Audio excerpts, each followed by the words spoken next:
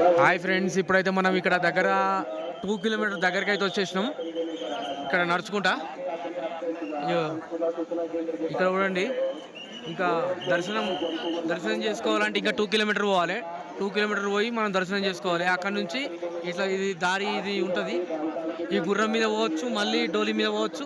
ఇటు పెహల్గామ్ నుంచి వచ్చేటోళ్ళు ఇట్లా వస్తారు, బాల్తాల్ నుంచి వచ్చేటోళ్ళు ఇట్లా వస్తారు. మనం ఇట్లా వెళ్ళొచ్చు, ఇట్లా వెళ్ళొచ్చు. కానీ చాలా కష్టపడడానికి ప్రతిఫలం దక్కిందని అనుకోవచ్చు. ఎందుకంటే ఈ అమర్నాథ్ యాత్ర అనేది 16 కిలోమీటర్లు ఉంటుంది. మొత్తం 16 కిలోమీటర్లు అయితే ఈ 16 కిలోమీటర్లు మనం నడుచుకుంటూ రావాలి. నడుచుకుంటూ వచ్చిన తర్వాత ఇక్కడ నుంచి అయితే ఇక్కడ 2 కిలోమీటర్లు అవుతుంది.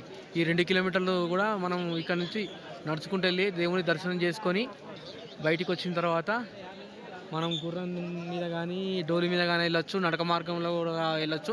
నడక మార్గంలో వెళ్తే మాత్రం దగ్గర 10 గంటలు పడుతుంది. డోలి మీద గుర్రం మీద వెళ్తే మాత్రం 5 గంటలు వాడేటట్టు ఉంది. ఇక అది వచ్చినలో తెలుసు. మనమైతే నడక మార్గంలో వచ్చినాం. ఇక చూడండి ఫ్రెండ్స్, చాలా బాగుంది లొకేషన్. బహుత్